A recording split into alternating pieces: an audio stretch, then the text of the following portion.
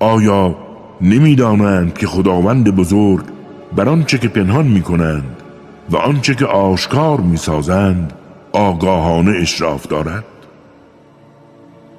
و برخی از آنها بیسوادانی هستند که جز آرزوهای ذهنیشان از کتاب خدا چیز دیگری نمی‌دانند.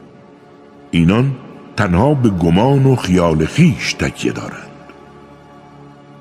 بدا به حال کسانی که کتاب را با دستان خود می‌نویسند و ادعا می‌کنند که این کتاب از جانب خداست تا آن را به عنوان کتاب خدا به سخیفترین و کم ارزشترین قیمت دنیایی بفروشند.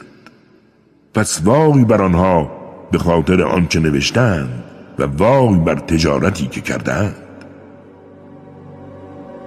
با خیال خام میگویند چند روزی بیشتر در آتش نمیمانیم.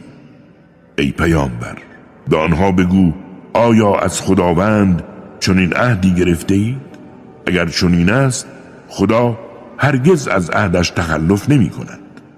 اما چنین نیست، بلکه شما چیزی را که نمیدانید به خداوند نسبت می دهید.